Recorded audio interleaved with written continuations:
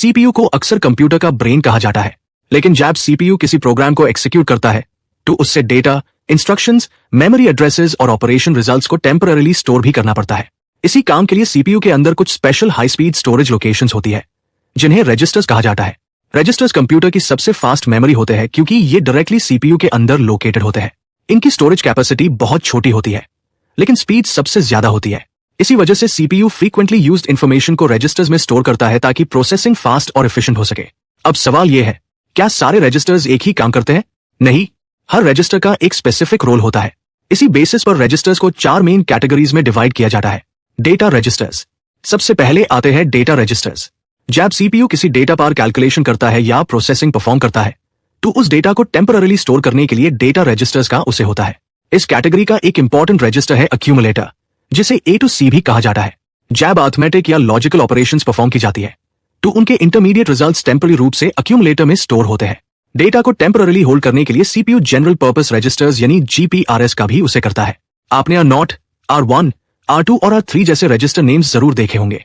ये general purpose registers के examples हैं। इसी कैटेगरी में एक और इंपॉर्टेंट रजिस्टर आता है, मेमोरी डेटा रजिस्टर या एमडीआर। जब भी मेमोरी और सीपीयू के बीच डेटा ट्रांसफर होता है तो वो डेटा टेम्पररी रूप से एमडीआर में स्टोर होता है।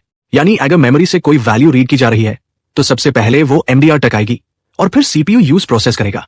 लेकिन डेटा को प्रोसेस करने से पहले सीपीयू को यह भी पता होना चाहिए कि डेटा मेमोरी के किस लोकेशन पर रखा हुआ है। यही से शुरुआत होती है एड्रेस रजिस्टर्स की। एड्रेस रजिस्टर्स का काम मेमोरी लोकेशंस के एड्रेसेस को स्टोर करना होता है। ये सीपीयू को बताते हैं कि डेटा मेमोरी के किस एड्रेस पर अवेलेबल है।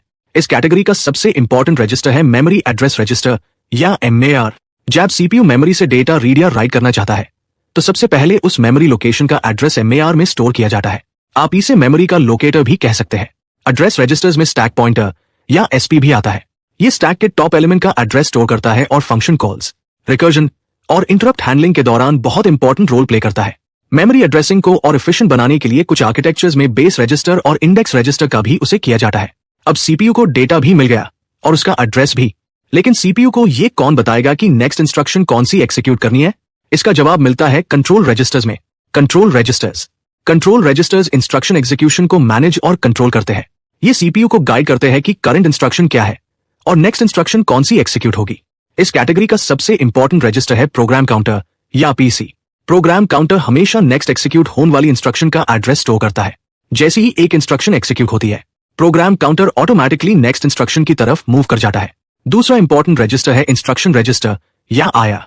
जब सीपीयू किसी इंस्ट्रक्शन को एग्जीक्यूट करता है तो वो इंस्ट्रक्शन टेम्पररी रूप से आईआर में स्टोर होती है। यानी पीसी नेक्स्ट इंस्ट्रक्शन का एड्रेस बताता है और आईआर करंट इंस्ट्रक्शन को होल्ड करता है। लेकिन इंस्ट्रक्शन एग्जीक्यूट होने के बाद सीपीयू को रिजल्ट की कंडीशन भी चेक करनी होती है और इसी काम के लिए उसे होते हैं स्टेटस